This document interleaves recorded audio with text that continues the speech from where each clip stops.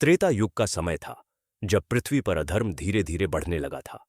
देवता, असुर और मनुष्य सभी अपने अपने स्वार्थों में उलझे हुए थे।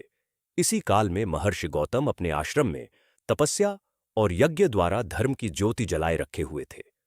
उनके साथ उनकी पत्नी अहिल्या थीं, जिनकी सुंदरता और तेजस्विता अपूर्व थी।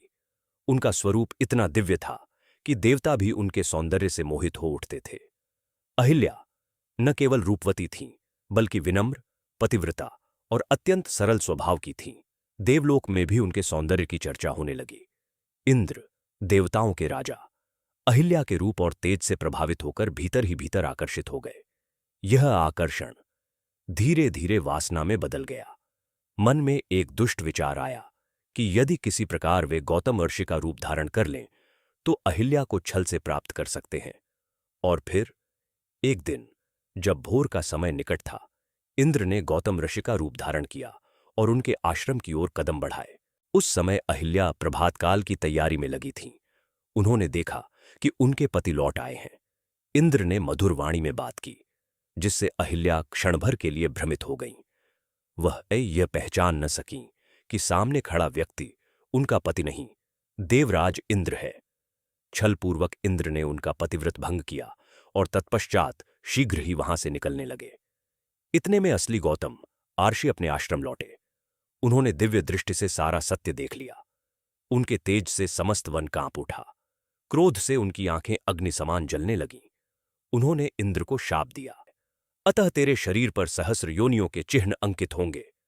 भयभीत इंद्र वहां से भाग गया।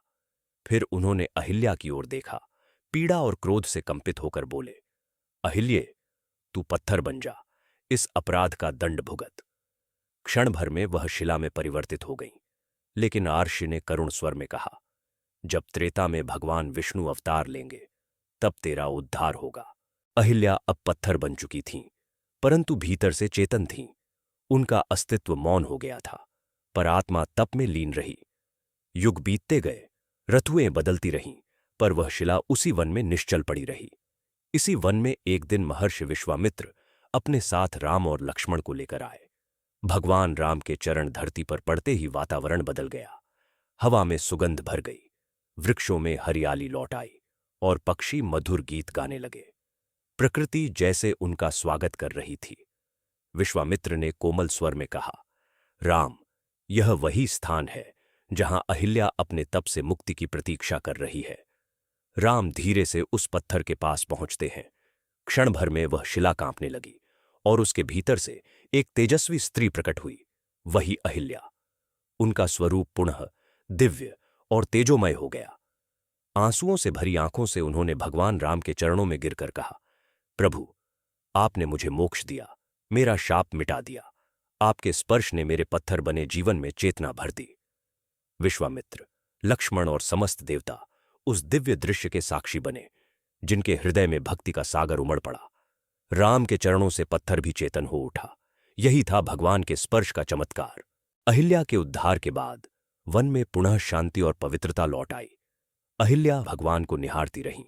उनके नेत्रों से अश्रु बह रहे थे, पर अब वे दुख के नहीं, मुक्ति के आंसू थे। यह कथा हमें सिखाती है कि जब हृदय में सच्चा पश्चाताप और भगवान के प्रति भक्ति हो, तो कोई भी पाप अक्षम्य नहीं रहता। दिव्यता हमेशा उस आत्मा में उतरती है जो नम्र और श्रद्धावान होती है।